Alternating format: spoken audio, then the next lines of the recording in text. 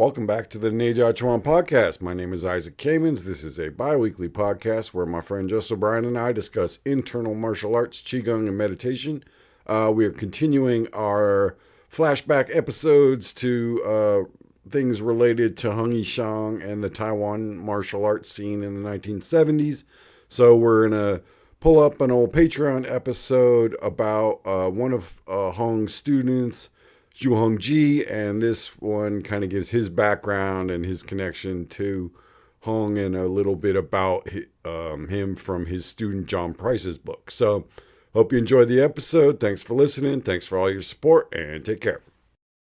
Today we wanted to talk about a special topic within the internal martial arts realm. In Taiwan, there's a strain of martial arts lineage that comes out called the Tang Shou Tao, which is originally created by the famous master Hung Yishang, and we've talked about quite a few times. He's like big, large guy with a ciggy in his mouth, just like Street Fighter, according to Robert Smith, back in the 40s, 50s, 60s era. So his school is called Tang Shou Tao. And a lot of the teachers I've met over the years have trained in that school as part of their journey, including B.K. Francis, as we've been talking about. He also trained in that in the 70s. And I think we wanted to look a little deeper into the history and training of that group. I encountered a branch of the group here in Berkeley, and I got to train with them for a while back in late 90s, early 00s. Scott Jensen's school there in the East Bay, and had a great time learning the Tang Shou Tao material there. And I got exposed to a bunch of the different forms of those preliminary forms that you learn first before you go on to the classical Xingyi. There's a lot of conditioning, like tons of push-ups and body crawls and just like a whole litany of conditioning that they're famous for. And they also have Chinese medicine as part of their school. So it's like a really comprehensive training process. Right, and that's like what Bruce did in the later, first he went to Wang Shujing's and then he went to Hung Yishang. So the stuff he learned at Hung Yishang's was, so the stuff he taught in Denver in the late 70s, early 80s was mostly based on the Tang Shou Tao material, and even some people actually taught him the full on. Yeah, so he was a curriculum Tang Shou Tao teacher. Well, and I think sometimes people would refer to it as internal Shaolin. Right, that's what Frank called it. I think was that's internal what Frank was Shaolin. Yeah. Because I don't know, how much of it was like learning all of the forms as much as, learning enough of it that you could then go on to learn Xingyi and Bagua. To use that as a base to then do Xingyi or Bagua. And Mike McConnell, who we talked quite a bit about that as well. Right. But by the time, I showed up, that was sort of a lot of the exercises were still in there, but the forms were more like Liu Hongji's forms. So, right. It was still kind of... Right. But a lot of the training exercises, the two-person stuff, that all had its roots from, what he did with Wang Shujing and Hung Yishang. So, a lot of his fighting techniques are pretty similar. Yeah. To Tang Shou Tao. I would say that's the majority of, the applications would definitely match almost identical to what, the Tang Shou Tao guys were doing. Yeah, and Lo De Shu, the great Bagua and Xingyi teacher from Taiwan, was part of that group as well in the 70s and 80s. And he went on to, sort of bring together all the parts that he wanted to teach under the Yizong banner. Right. So there's a lot of different groups are wound in with the Tang Shou Tao. Sudongshen is another guy who, was part of that group. And well-known teacher from Taiwan, right? Went off on his own direction. There's a whole bunch of them. I mean, that I think was the, Hung Yishang really was pretty open about teaching, so a lot of people who wouldn't have access to that stuff elsewhere were able to train, get some good stuff. So that brings us to the student of the first master, Hung Yishang. The student is Zhu Hongji, and I think everyone agrees he was like one of the top guys from in the beginning of the school, and then he split off and created his own school. And so his name comes up a lot in the history of martial arts because he taught a lot of foreigners who brought it to America and other places. So a lot of the Tang Shou Tao we know comes from this branch from Zhu Hongji of Taiwan. And so John Price put together a book called Master's Manual of Xingyi Kung Fu that was published in 1977. And it's pretty much he's gathered the teachings of Zhu Hongji into this book. So the book's not necessarily by Master Shu, it's by John Price, But I think, John was using the teachings from Shou Hongji to create this. So I think it's a pretty good look at the way it was trained in the 70s under the school of Shou Hongji. Okay. So I'll check out so let's check out a little section of this book. So Master's Manual of Xingyi Kung Fu, 1977. He starts with a little bit of a biography of Master Shu. He says, in 1934, in Taipei, Taiwan, there was born a male child to the House of Shu. The young Shou Hongji was one of 6 brothers, and like his siblings, he was a devoted and respectful son. So in his early years, he did a bunch of different sports, but young Shou Hongji did well in school, but he preferred to fight after school. He would rather fight than eat. On one momentous day when he was 14, he got into a fight that changed his life. The opponent was a country boy who had come to the big city of Taipei. As often happens when 2 young people from opposite backgrounds meet, an argument and fight resulted. As Shu opened his attack, it was parried quite easily, and 2 thrusts to the solar plexus were delivered. So he realized that his kung fu wasn't good enough yet, so he decided to start training and never turned back. And it says he especially got into Xingyi after he started practicing Xingyi, and it was only disrupted by his tour of duty in the Air Force. But other than that, he continuously trained Xingyi. It says, not attending college as his father had wanted, Shou Hongji could expect no help from his family. Staying with Kung Fu was a very difficult choice for him to make. But he proceeded to stick with it and dedicate his life to it. And in May 1967, the God Dragon Xingyi Kun was opened. So that's sort of where Shou Hongji's teachings begin, 1967. And from there, it spread around to other countries as well. So he was really early on. I mean, I think that's kind of 67. He was really one of the first people to establish their own school, outside of Hangishang and teach that material. And, right. He's probably the first to break away and start teaching it on his own. Yeah, 1967. Because at that point, it was a pretty new phenomenon. Mm-hmm. I think it was still. Maybe Bruce Lee. Was Bruce Lee big at that? Not quite yet. So Kung Fu hadn't yet exploded in popularity. Certainly but it not would amongst soon. Westerners. Right, not quite yet. But maybe soon after, though, I think, Yeah, and when I asked Bruce about Shou Hongji, he said that he taught in a nicer part of town than Hangishang, so it was a little more welcoming to foreigners, so that a lot of the foreigners felt a little more comfortable going to his class. His English is also... I think he spoke a little bit more English, so it was kind of what was accessible. Started to spread from there. So now John Price says a little bit about his experience with Shou Hongji. I met Master Shu in March of 1967. He was the head assistant of Hung Yishang at the Wu Dao Kun Kung Fu School in Taipei. I, like everyone else who studied there, liked him immediately. When he left Master Hung in July of 1967 and opened his own school, most of the American students went with him. His English was much better than Master Hung's. From that beginning, I followed Master Shu until his death in 1984.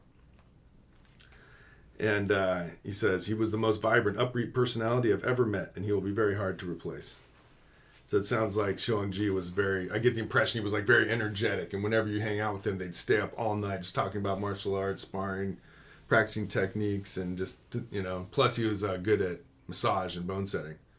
So people would come to be healed by him as well. Yeah, Vince said he was really good-natured and fun in a way that like to hang out with them. Right. After, not like Master Hung Yishang, who is grumbly and gruff. Right, where I think a lot of these guys are sort of, once they're off the clock, they don't want to have anything to do with you. Yeah, like the gruff model of the sort of grumpy old master is probably much more prevalent than the upbeat, excited one. It's that piece about just a quote unquote young master is going to be a little more engaging with you than an old guy, and so he'll want to stay up with you and party and tell stories and smack you around a little bit in a way that an old guy may not want to do. Right, I'm going to bed at 10. I mean, this is also 1960s in Taiwan, so it must have been pretty exciting. And I think a lot of the guys, or at least some of the guys that went there, initially they were still they were in the military on break from active service, and so Lee told me that his teacher Mike Bingo, they would go while they were on R&R, and they would go train with Zhu Hongji, and then they would go back and practice the stuff that they'd learned with their backpacks on and in the jungle and shit, which is pretty wild. So looking at the structure of the book, I thought it's useful because it's like this is how the traditional Tang Shou Tao school is arranged. It includes all the elements that you want to have. So it's got a history and theory to start with. And so we've talked about that in a lot of the previous episodes, the different ways to hold your body and such. So we learn each of the 5 elements step by step with some pictures and descriptions here. And then the songs of, Pi Tren through Hung Tren. And then 5 elements linked form, which is pretty cool. Where you trade blows doing the 5 different elements, and then it's a linking form where it repeats over and over. So that one's pretty cool. And then the next section I thought interesting was common mistakes. And so, I don't know, that's something you don't see too many times in books. But, so he points out some Xingyi mistakes. So the mistake number 1 is that leaning too far forward weakens my stance and causes imbalance. So your elbow should never extend past the knee. And he uses the example of Pi Tren, of leaning forward in your Pi Tren, and then he sinks back into it, onto his back leg. And elbow directly over the knee to keep your balance. Yeah, I mean it's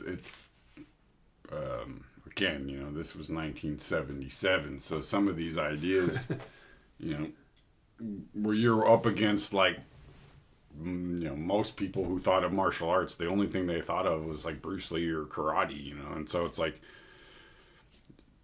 you're trying to be no, it's not that thing where you go on your front leg and launch yourself forward. This is done on the back leg, and so you're just showing that because it is weird. I mean, in one sense that everything in Xingyi is kind of done on the back leg at first. So that is probably the single biggest mistake that people make is they lean forward rather than using the stepping. It's true. It's so true. It's easy to take that half step and launch and sort of lurch forward, but then you've got to stay back weighted in the process to really get that Xingyi close range thunk power. Yeah, I mean, and this is a really short book too. So it's not like he's giving long detailed explanations of everything. It's just kind of I mean, I like it though. It's that is one of the biggest ones. The second one is the shoulders are tense and pulled up because the chi is scattered. His heart is not comfortable.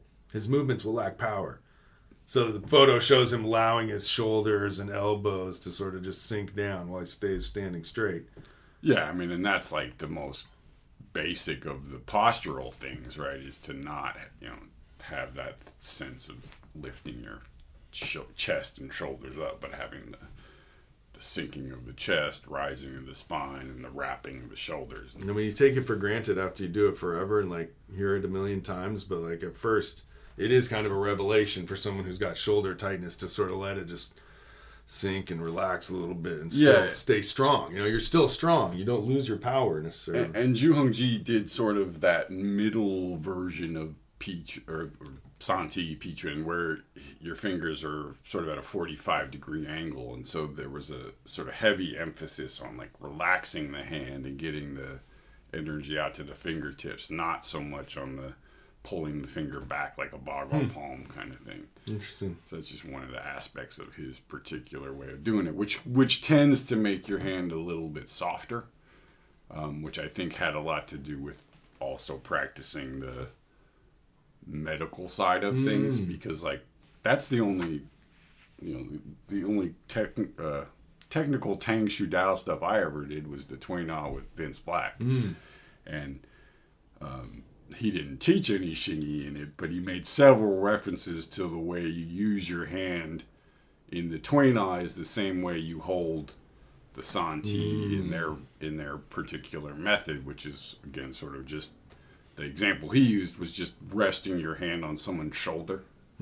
It's going to have a little bit more of this, again, sort of fingers at a 45-degree angle thing, much more relaxed than, when you're pulling your hand back and pointing your fingers at the ceiling. Which is just par for the course in Bagua. Yeah, well, and some Xingyi schools do that, and so, it's just, again, I think he had this emphasis on. And that reminds me, I could have sworn one of the Tang Shou Tao stories is that when Xuangji and Vince Black first met, Xuangji used the relaxed palm to slap him, and he couldn't believe how much power came out of like this light slap, and he had the handprint on his chest and everything. Yeah. Like, that's that light training of Xingyi that becomes hard when you use it somehow.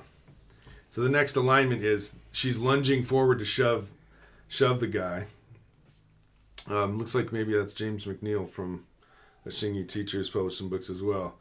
The position is corrected, so she's more like now she's standing with her weight straight up and down instead of launching forward. Again, that's the Xingyi back-weighted power that you got to get used to. It doesn't mean you can't lean forward, but you got to get that back-weighted power first to kind of like be your main, and then you can potentially like jump off that in the future. But first, it's hard to get used to that. Yeah, and ultimately, it's about, if you look at the picture, the big thing is that her spine is straight. So as long as the spine's straight, you're on the right track with Xingyi, that's for sure. Yeah, and Xingyi predominantly does it on the back leg, but there are movements where you have to shift your way forward at some point.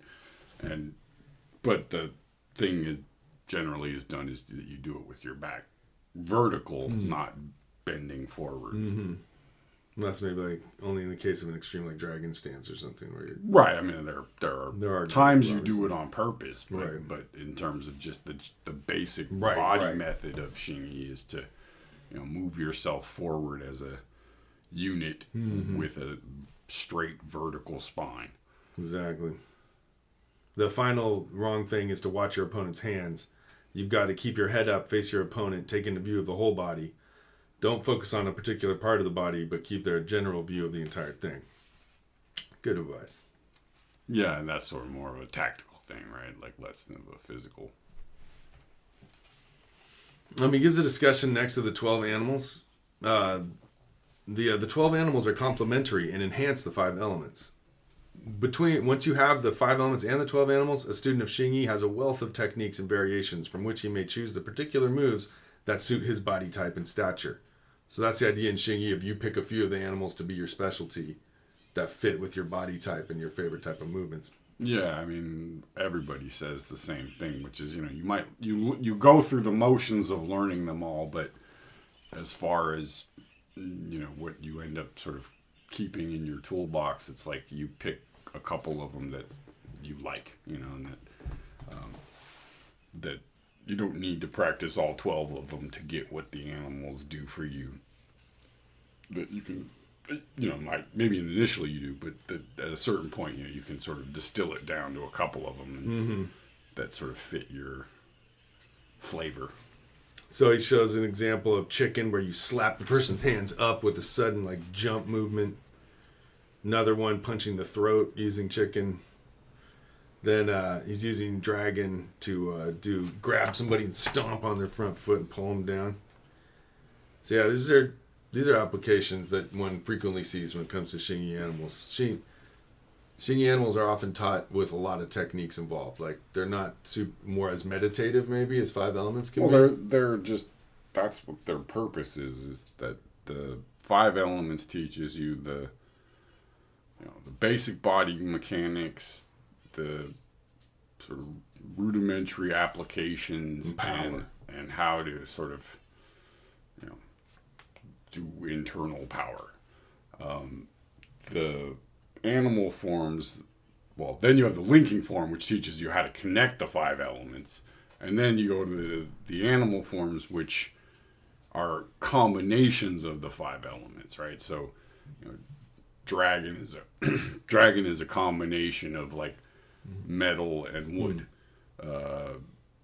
Tiger is a combination of metal and fire, right? Like, so you have different aspects of them, and like Liu Hongjie like Tybird, which is sort of a it's like sweeping arm motions. It's a Bung Chuan Pao Chuan combo, right? You're sort of doing a big circling thing the way you do it in Pao Chuan, but instead of it coming out like up high, it comes out straight like a Bung Chuan. You can basically use it to fight. It's where you learn to put it all into something that's more fluid. right? So you're not just sort of stuck with you only have 5 movements. Right. 5 single movements. They have to blend together, yeah. And to be able to change between them, right? And I think that's kind of... It takes you through a bunch of permutations. It's like, just gives you some examples and then you're free from there to just... One Bruce put it to me was that essentially the animal forms do what, in Xingyi, do what Bagua does, right? Which is they take the basic principles of the movements and then work on change. So you're not so... Mix them up, change them up. So it's not so much about creating a particular element, but rather it's the ability to have multiple elements mixing and unmixing and sloshing and twirling and you know changing all together, and then being able to like do something again that's sort spontaneous, of intuitive, and like fluid, let it come out kind of. The next thing I want to look at is the 9 essences. So these, the Xingyi books we've been looking at, there's a lot of times there's lists of things to remember and principles to take care of. So this one connects to different parts of the body. So it starts with body. The head should be erect and the spine straight. When you hold Santi posture, your back should be straight. There it is. There it is. 2, shoulders. The shoulders should be relaxed. For beginners, it's not easy to hold this posture and remain relaxed. There's that. We just talked about that too. Yeah, that's sort of, again, it's just the things that almost everybody that does this stuff runs into almost immediately. I can see, I've had to deal with all these. Arms. By keeping the arms slightly bent, it allows the qis to flow. It also allows you to utilize the power. So if you're too straight or too bent, you won't be able to change. Yeah, well, this is, again, the sort of Xingyi method of your arm is straight but bent, and it's, it can bend, but it doesn't bend unless you want it to. And so it's, it's got this thing. I mean, that's metal, right? It's once you put metal into a shape, it holds that shape. You can change the shape of it, and it'll hold a different shape. But once you put it in that shape, it's not going to change unless you make it change. Right. So, the idea is that initially with all of the Santi metal stuff is about creating stability. And then, in your arm, it's just the ability to, like, take a step and run into something and not have your arm collapse. Right. But also not... Steel holds up, the bridge holds. Right, but not hit that thing and then push forward, right? So learning to just kind in the spot. Basically be neutral with your arm and use the stepping to move it. Right. But to keep that solid connection through it. And that emphasis of the spine being straight means that your weight's following right behind whatever you're sticking out. So the hands. The power is in both front and rear hands should be equal. The rear hand helps protect and add power to the front hand through the elbow energy points. I like that idea of using the elbows to drive the hands, kind of. That's very Xingyi, to where you're not like reaching with your hand and flicking out your hand, your elbow, and your body's driving behind it. Yeah, also the idea that it's your backhand that's really the dominant one. Your front one's just kind of it's the end of the spear tip, but your bottom hand is the one that's moving the spear, that's doing the action. And the backhand's almost always pulling or grinding or like dredging in some way as a sort of a stable point for the other thing to hit, kind of. The phrase Bruce likes is the down causes the up, right? So that pulling down with your bottom hand causes the rising and opening of the other hand. So it's kind of like your focus isn't on throwing your hand forward, it's on pulling the other person down into your hand. Like the classic Xingyi would be to grab the shirt collar, pull it towards you as your hand extends. The main point being pulling the downward with the shirt collar. Well, or I mean, the most classic one is the person throws a straight punch. You grab their arm with your bottom hand, you pull them into your top hand, and they just sort of whack their head on. And usually take a slight foot angle to make it. Yeah, I mean, make it work slightly. But essentially, what's happening is they're just running into your arm. You're not like lunging forward. It's just your arm is there, and you pull them into it. And that the rear hand's the key there. Yeah. Next is fingers. They should form the hoku, the tiger's mouth. Gaze upon the index finger. It would see a 180-degree panorama. So that's the looking at the hands in Santi. Yeah, that's another real basic piece of it, is the reason you're sort of doing this thing of staring at your fingertip is that you're training yourself to be able to look at what's see what's in front of you, but not fixate on it and have yourself go tunnel vision. You don't look down, basically. So you're able to relax your vision, see what's in front of you, but nothing is sort of pulling your attention to it. Legs. Holding the rear leg is the rooting of the leg to the earth. The front leg lightly touches the ground. Front foot lightly touches the ground. So, again, that's the Xingyi obsession with being on that back weighted to get so stable and get so strong and just so planted. Yeah, it's the main sort of postural thing that makes Xingyi really different from a lot of other things, is that the majority of what you're doing is on your back leg, and so you're not landing in your strongest position, you're landing in your weakest position, and you're getting used to that. Because if you can do it on your back leg in that weak angle, there's pretty good chance you can do it on the front leg, no problem. So it's kind of training the weak thing to become the strong thing, and then the strong thing is even stronger. Right. But you're not relying on, essentially you're not relying on leverage. You're relying on your internal connections, right? Where if you just put your body forward, you could almost, like a wrestler, or just, lean, like sumo, just sort of lean into someone. And if you're big enough, strong enough, they can't do anything about it. They'll just, fall over. But Xingyi's whole training method is that you're on your back leg so that if somebody starts to charge you, you can move. You're not charging into them. You're taking an angle and cutting them in half. So there's this thing of, you want the ability to stop somebody, but you're never actually gonna do it, right? Like you have the strength to stand there and stop them, but you're not gonna do it. You're gonna move out of the way. Right, take an angle is preferred. So then it ends with feet, the toes grips, and then the hips, tilt the hips to align with the spine, and then tongue curls, touches the roof of the mouth, connects the Dumo and Genmo meridians. I'm assuming that's the microcosm. Yeah, that's the Ren and Du, isn't it? But yeah, that's those are just sort of postural, Yeah, every book. I mean, although there are schools of Xingyi, it is quite surprising how the classics between them remain quite consistent. Like, nobody bends their spine back or whatever. Right. I mean, some people have different ways or different, they emphasize different aspects or have more or fewer of them, but essentially you're getting it there's 4 or 5 basic principles, right? You got to have a straight spine. You've got to have this sort of straight but curved thing going on in your limbs, and you have to have some connection to your breathing and internal awareness, right? So beyond that, there's a million things you can add to it, but those are sort of the most basic pieces. All right, you're going to be standing in this uncomfortable position.